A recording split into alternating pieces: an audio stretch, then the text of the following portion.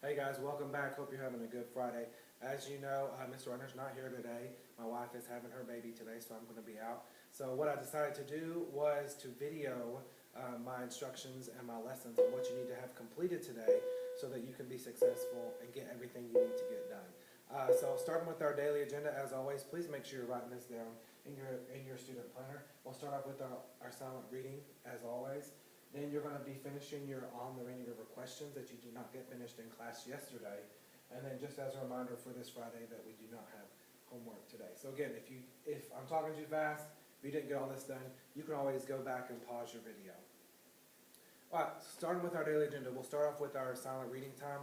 You get your library book or a book that you have on your own or a book that you need to get from my shelves, and you'll be completing your silent reading time at the very beginning of class. Once silent reading time is over and the teacher has told you that silent reading time is over, you may get out your Chromebook and you can go ahead and finish your On the Rainy River questions. Now yesterday, we got through the third question, kind of, okay? Some people got a little farther, some people did not get as far as the third question. And that's perfectly fine. So today, I do want us to have those questions finished. So that Google Doc, again, is on your Google Classroom, so if you'll go ahead and pull that up on your Google Classroom, I'm going to pull up my questions here. Yesterday we finished our prediction question. We finished our first C, what do you know about the character and how do you know it? And also describe the character's experience in the boat. The third question we worked on what was the most significant moment of the story? How does this information contribute to the story and why go into such specific detail? So those are the questions we got through yesterday.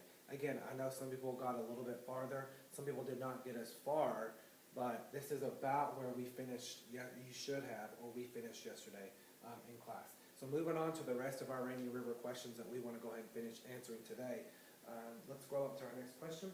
It says, what does the author's first sentence reveal about the text? So pull your text out on the Rainy River, go back and look at it and say, all right, why is Mr. Ridenour asking me this question? Why is the first sentence so important to the text? And what does it reveal about the text? Just as a reminder, anytime you answer one of these questions, I do expect it to be typed out in 3 to 4 sentences with textual evidence. So for this one will be easy. All you have to do is type out the first sentence and explain why it's important and explain what it reveals about the text. Moving on to our next few questions. So we're moving from the beginning to the end of the story.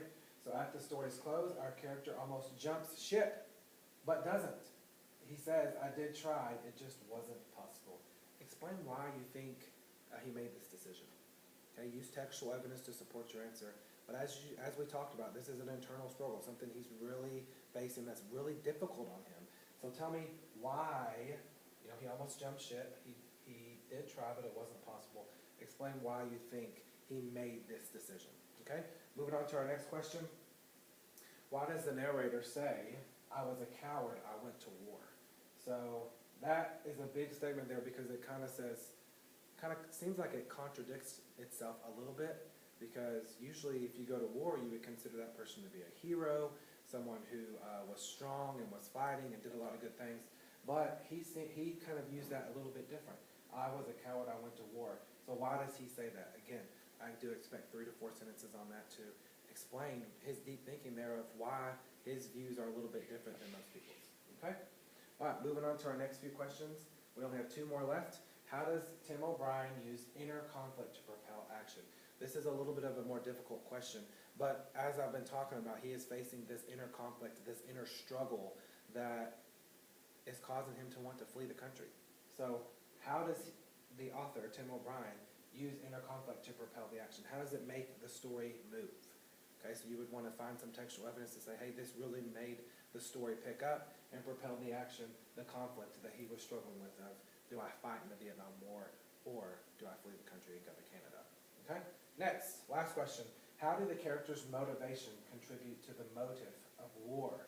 Okay, this one's a difficult question. I really want you to think about it. So let's break it down. How do the characters' motivations, so think about what Tim's motivations are through his actions, what he's doing in the story, contribute, okay, so how does that help to the motive of war? Okay, so motive of war is basically saying, all right, the fact that he was going to war. So his motivations, how did the character's motivations contribute to the motive of war? Okay, so his motivations, how did it contribute to war? and what was that struggle that he was kind of facing?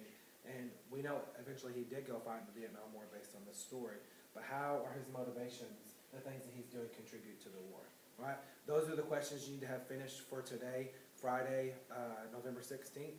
So make sure that you start off with reading again, then you're going to finish your On the Rainy River questions. I do expect this document to be completely filled out by the end of class on Friday and turned in by the end of class on Friday. If you don't get those questions finished, you may finish those over the weekend, but please make sure you have all your On the Rainy River questions finished by the end of class on Friday. Be on your best behavior, work hard and do well, and I'll be in touch with you later next week. Have a great weekend, guys.